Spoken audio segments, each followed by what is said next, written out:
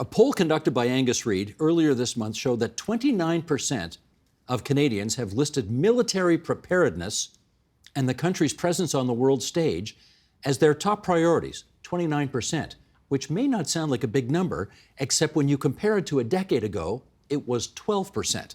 So a lot more people think it is more significant that we are apparently not playing the role that we ought to be playing in the world today.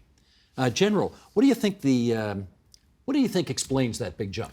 Well, I think if Canadians are watching what's going on in the world, whether it be in Ukraine with Russia, whether it be belligerent China, whether it be really an out-of-control North Korea, Iran's interference in a number of parts of the world, like what's going on in the Gaza Strip today, it's not surprising, perhaps, that Canadians are feeling that insecurity that comes from watching the world that we're in. And we have our own challenges here at home that we've seen as a result of climate-related impacts, issues that are in everyday life of the cyber reality, the critical infrastructure. So I think that it's actually important that Canadians sort of are reflecting on the world and are actually contributing to the conversations about, well, what we should be doing in light of all of these changes. So I think it's good to see these kind of changes. I think that the messages that are coming largely out of the national security defense community have been recognizing these changes for some time, but the Canadian public, for what Ambassador Buck already mentioned, we live in a very privileged country, but we're not isolated and we're not immune from these challenges. So I would hope that all of the concerns of Canadians gets translated into kind of conversations at the political level in this country. We actually need to kind of have a consensus built between the political parties about what Canada's role is, what we need to do to contribute to global collective security, to our alliance, to live up to the expectations our partners have of us. And, you know, I think that the defense policy update, which this government has promised 2 years ago, should be that opportunity for them to signal this is what we are going to do in response to these concerns. So we're still waiting. It's a bit disappointing, to be honest, that we haven't had that clear direction yet from the government, because it sends a signal to the members of the forces themselves that this is what we're going to do. It sends a message to our allies, the United States and our partners. It also sends a message to adversaries of our commitment to global peace and security. I like where you went in the middle of that answer, because you asked a really profound question that maybe we don't spend enough time on. And Christian, I'll get you to speak to it first. Do we have a consensus in this country about what we want our Canadian Armed Forces to be or to do? Look, I think that's a great question, and that's what a lot of, I think, this debate comes down to, not just in Canada, but I would say among most allies, with perhaps the exception of the United States. Is the purpose of the Canadian Armed Forces to provide regional and international security and stability? Is the purpose to secure open trade routes, freedom of navigation type missions, or is the purpose to do human security type operations? What do you think it should be?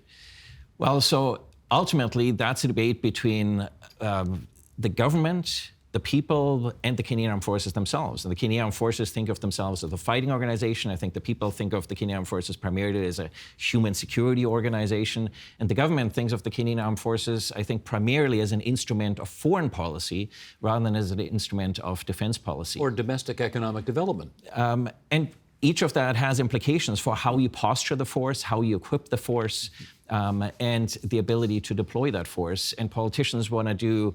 Look, politicians, I think, are great masters of the art of the possible. They know that there's no votes, or very few votes, in a country like Canada in defense and security. And so how do you maximize the payoff that you get for the investment that you make? And I think politicians often ask, what is the return on investment that I'm getting from this organization, in particular in terms of the political objectives that the government of the day is trying to generate? The problem is, of course, the political objectives you generate with the investments you make today aren't for the government of the day. It is in many cases for the governments down the road. And so this is why we end up getting these very short-term perspectives on an organization that ultimately requires very long-term commitments. I should get Ambassador Buck on that as well. Do you believe there's a consensus in the country as to what we actually want the Canadian Forces to be or to do? No, and I think part of that is because we haven't had the conversation about what our overall international policy should be. We haven't had an integrated international policy. By integrated, I mean foreign policy and defense for decades now. almost 2 decades. So I don't think there's a consensus, but I do think there's, as General Thibault said, there's a growing understanding from Canadians that the world is a scarier place and that we do need to do more. So you cited the Angus Reid poll. There was an earlier Abacus poll from about a year ago that said Canadians also want us to do more on foreign policy and defense. So I think Canadians understand, foreign policy and development. Canadians understand that the international level matters very much to us. So when Dr. Leuprecht said, it could be seen as a binary choice between do we focus on our Canadian forces on sovereignty at home or do we deploy internationally, I think that's a false binary. I don't think the kinds of threats we're facing right now can be parceled out that way. Most of the threats that are hitting Canada right now are things, so for instance, melting in our Arctic, increased competition in our Arctic. Where does that come from? That comes from melting sea ice. And the answer to it can be found by working more closely with our Arctic allies, all of whom except Russia and NATO right now, to do better military, not just Arctic warfighting, but sharing information, situational awareness, et cetera, that kind of thing. So the alliance and working with allies on those kinds of threats that hit us now, we need those allies. Another example, cyber or disinformation that rattles our democracies. Those are areas that are all discussed at NATO. We use NATO as both a political and a military forum to share lessons with allies about how you respond to those external threats.